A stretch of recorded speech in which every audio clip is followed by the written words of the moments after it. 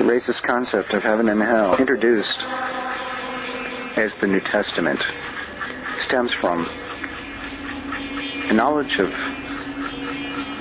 Egyptian mythology used by the early Christians. They identified with the triad, found the mystical significance of things like a virgin birth you might see of Mithras. You might see the idea of the only river in the world snaking upward, a serpentine movement, such as the Kundalini, or, of course, we find Isis and her two sons, one called Set, the other one, Taraz, Osiris. This triad is interesting because it involves the triumph, to be risen from the dead. He was taught that the competition between two brothers would cause one to turn against another, tearing apart Osiris, the mother, would travel the river Nile throughout life and put back together the genetic pieces so that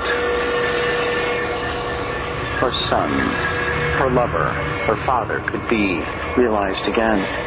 The Savior, Osiris risen, promise. You see, a great civilization that lasted thousands of years became complacent, became invincible in its own eyes, and was therefore vulnerable, a greater warrior than those in charge of the security of this great civilization of Egypt. Came from the underworld, Africa, as they called it, land of heat and we see the Africans, the early Africans, outsmarted and destroyed. They conquered Egypt. They gave Egypt Amun. This was an African who changed Egypt's history by changing glyphs, even changing the Sphinx in his own image. He gave us one God. He gave us a path away from polytheism to monotheism and to the triad for which the virgin birth shall soon be realized. He foretold of a time in which this virgin birth would be realized in the form of a Savior. Not born, not realized, but as a concept.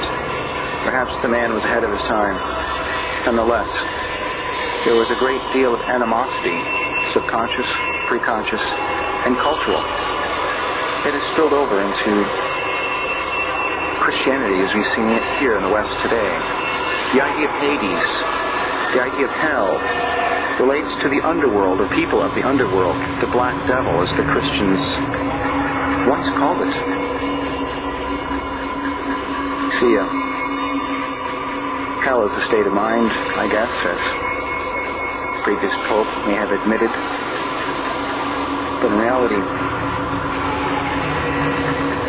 hell is a racist concept, one aimed at retaliation or hatred for the Africans that had conquered Egypt. It gave the Christians their foothold in the trilogy, that is, of the virgin birth, of Mithras, of Inanna, of Isis, that which you see upon the cake of life. You see that same thing.